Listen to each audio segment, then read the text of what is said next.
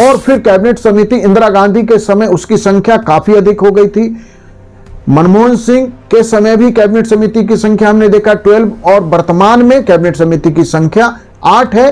उद्देश्य जो है कैबिनेट को बाईपास करना नहीं है कि कैबिनेट को बाईपास करके कैबिनेट समिति में निर्णय लिया जाए, इसके लिए नहीं है कैबिनेट समिति कि कैबिनेट के ही कार्यभार को कम करना, गहन विचार विमर्श को बढ़ावा देना, शीघ्र निर्णय की प्रक्रिया को अपनाना।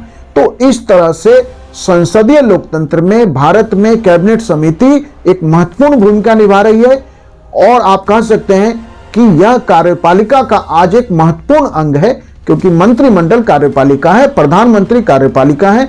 वैसे कार्यपालिका के अध्यक्ष राष्ट्रपति होते हैं, लेकिन हम जानते हैं कि राष्ट्रपति कार्यपालिका के अध्यक्ष व्यवहारिक रूप से नहीं होते हैं, वह सिर्फ सिंबॉलिक है। जो वास्तविक कार्यपालिका है वो प्रधानमंत्री और कैबिनेट मंत्री के नेतृत्व में काम करती है, और भारतीय व्यवस्था में या संसदीय लोकतंत्र में कैबिनेट हाईएस्ट बॉडी है देश में, उससे ऊपर कोई नहीं है। मतलब आप ये कह सकते हैं कि कैबिनेट का लिया गया निर्णय संसदीय लोकतांत्रिक व्यवस्था में अंतिम निर्णय होता है।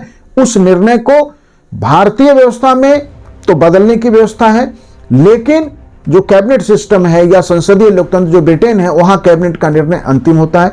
हमारे देश में न कैबिनेट का निर्णय अंतिम है, न संसद का निर्णय अंतिम है, क्योंकि हमारे यहां सुप्रीम कोर्ट ने न्याय की रक्षा के लिए, संविधान की रक्षा के लिए, देश के हित में जो है स्पिरिट ऑफ द कॉन्स्टिट्यूशन के इंटरेस्ट में, हमारे यहां सुप्रीम कोर्ट कैबिनेट के फैसले को भी रद्द कर सकती है या रद्द करती भी है, बदल देती है, और संसद के भी फैसले को।